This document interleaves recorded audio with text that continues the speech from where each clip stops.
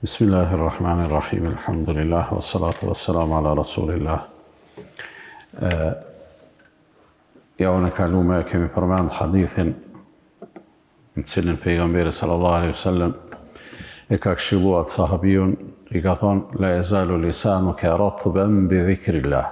Le të vazhdoj gjuha jote të mbetet e njom me përmendjen e Allahut fuqiplot. Do thonë që ky ka qenë hadithi i javës të kalume, që i bie hadithi i fundit në koleksionin edhe në sqarimet e Ibn Rajabit, Allahu e mëshiroft, që e kemi filluar që një kohë të gjatë, e që nga java e ardhme do të vazhdojmë prapë me hadithe, po do të bëjmë një përzgjedhje nga koleksioni i Buhariut, do më thonë, për të vazhduar shoqërimin tonë me hadithet e pejgamberit sallallahu alaihi wasallam. Ibn Rajabi e ka përmend një kapitull të fundit në librin e tij, s'ka përmend hadith, po ka përmend veç sqarime shtesë për dhikrin, për përmendjen e Allahut fuqiplot, duke e pas parasysh se kërkesa e Islamit, edhe ajeteve të Kur'anit, edhe haditheve të pejgamberit sallallahu alaihi wasallam, kërkesa pra e Islamit nuk është që ne thjesht veç ta përmendim Allahun, ani pse dhikri e ka rëndësinë e vetë edhe e ka peshën e vlerën e vetë shumë të madhe edhe shumë të veçantë, mirë po Allahu kërkon prej neve që ne ta përmendim Allahun shumë. Udhkurullaha dhikran kathira, përmendeni Allahun shumë. Sabaqal mufarridun, kur ka thonë pejgamberi sallallahu alaihi wasallam, kanë te i kalu ata të veçantit.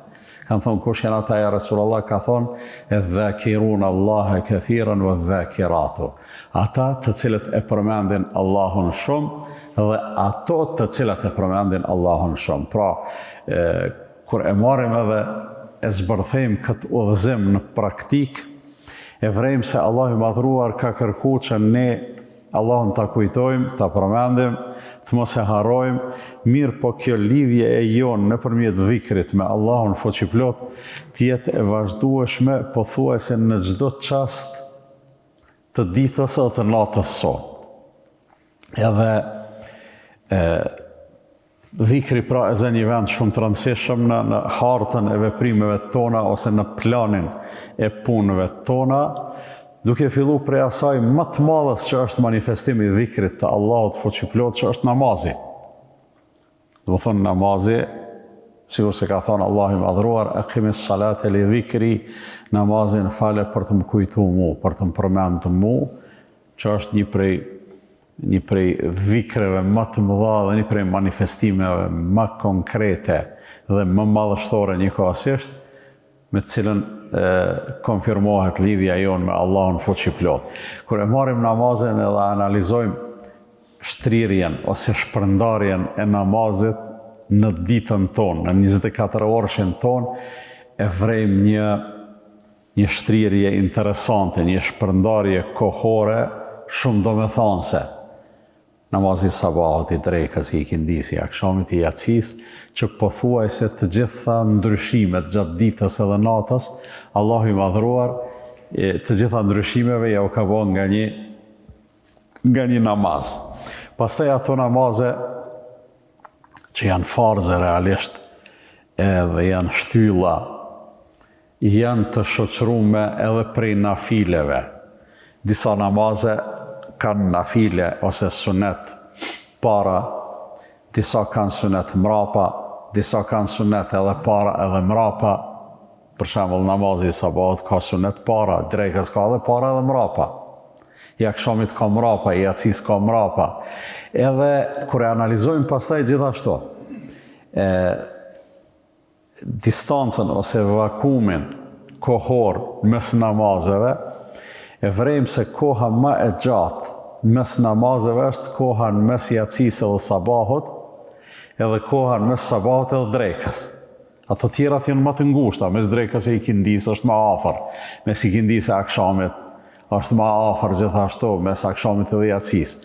Por mes jacisë edhe sabahut është kohë e gjatë, edhe mes sabahut edhe drekës është kohë e gjatë. Edhe në këtë kohë, Allah i madhruar, ani pse në mënyrë jo obligative, pra jo farze, po në mënyrë të preferume, i kalon edhe dhe namazet tjera.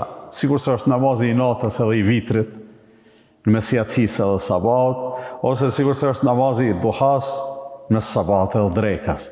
E në këto kohë prap, besimtari e përmend Allahun fuqiplot me përmendje të shumt.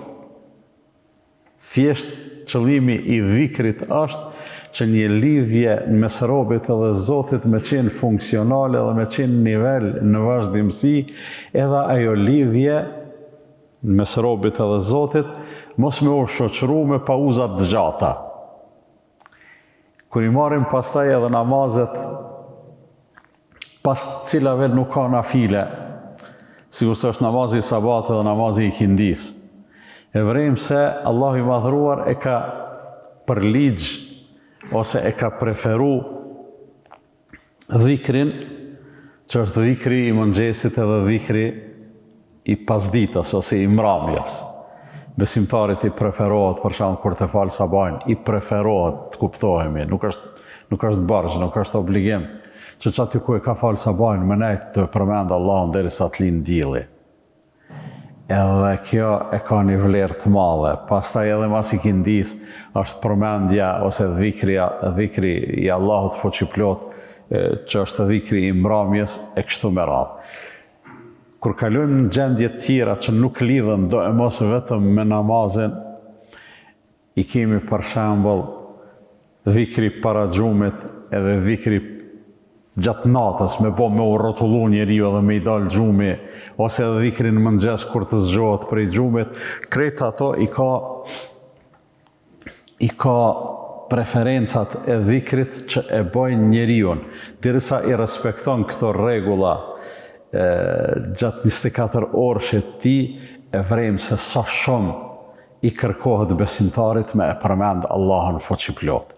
Për shembull, para se të bi në gjumë, besimtarit i preferohet me marrë abdes, dhe më thonë edhe me ushtri në gjendje të pastërt, në gjendje të abdestit. Aty pastaj dhikri para gjumit, ka edhe Kur'an me lexu, e lexon Ajetul Kursin, i lexon 3 suret e fundit ka 3 herë, mundesh eventualisht me i lexu 2 ajetet e fundit surës Bekare, pra ka Kur'an. Përveç Kur'anit ka edhe dhikr tjetër që thuhet Subhanallah 33 herë, Elhamdulillah 33 herë, Allahu Akbar 34 herë dhe e bëhet 100 herë. Pastaj ka edhe dhikr edhe lutje që i ka praktiku pejgamberi sallallahu alaihi wasallam para se me ushtrin në gjumë. Pastaj vije edhe ajo që na ka mësuar pejgamberi sallallahu alaihi wasallam që nëse njeriu natën rrotullohet në gjumë, edhe për një çast i del gjumi, se gjithku i bën vaki gjatë natës derisa ndron gjendje ose ndron pozicion, me i dal gjumi qoftë edhe për disa çaste. Tash paramendoni me mësu njeri veten edhe aty me përmend Allahun, thot pejgamberi sallallahu alaihi wasallam në hadithin që e shënon Buhariu, thot ai i cili zgjohet natën qoftë edhe për pak çaste, edhe thot la ilaha illallah wahdahu la sharika lah, lahul mulku wa lahul hamdu wa huwa ala kulli shay'in qadir. Subhanallahi walhamdulillahi wa la ilaha illallah wallahu akbar.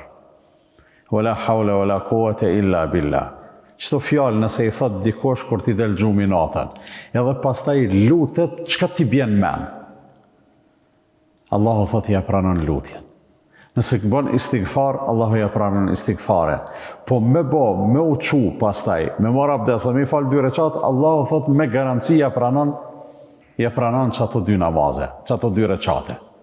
Do të thonë është punë shumë e madhe kjo puna e dhikrit që e përmend Allahun ajete, e përmend pejgamberi sallallahu alaihi wasallam në hadithe.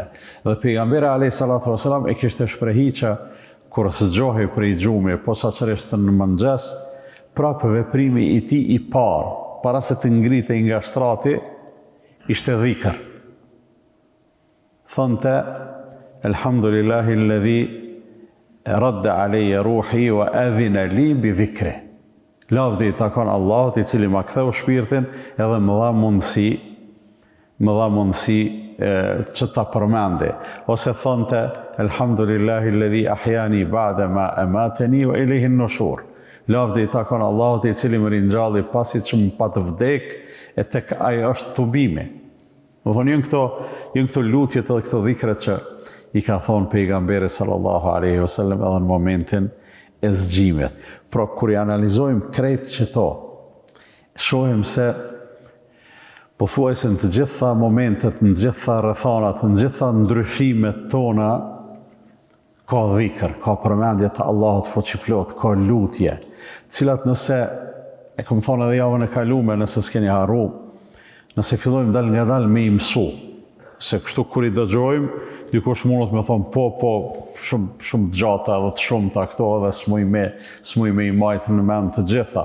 Sigur ai plaku që ka ardhur te pejgamberi sallallahu alaihi wasallam edhe i ka thonë, ja Rasulallah, unë kur po të dëgjoj ty të u lutje, po e dëgjoj pastaj edhe Muadhin që po lutet, po mahnitem sa bukur po luteni, kisha pas qef me u mësu edhe une, po unë s'po mujt qashtot.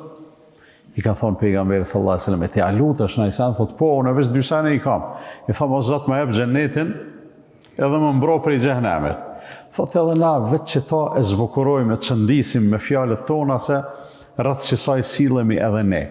Ama ne sot në kohën tonë, kemi shumë mundësi edhe lehtësime për me mësu dhikrin për arsye se funit tonë na të gjithë ne e majmë nga një telefon në xhep, po ndoshta mas pakti ai rrin në xhep, ma shumë se në xhep rrin në duar tona edhe ma shumë kalojmë kohë duke këshyrë, duke hulumtuar te, nga njerë na bëhet edhe shprehi,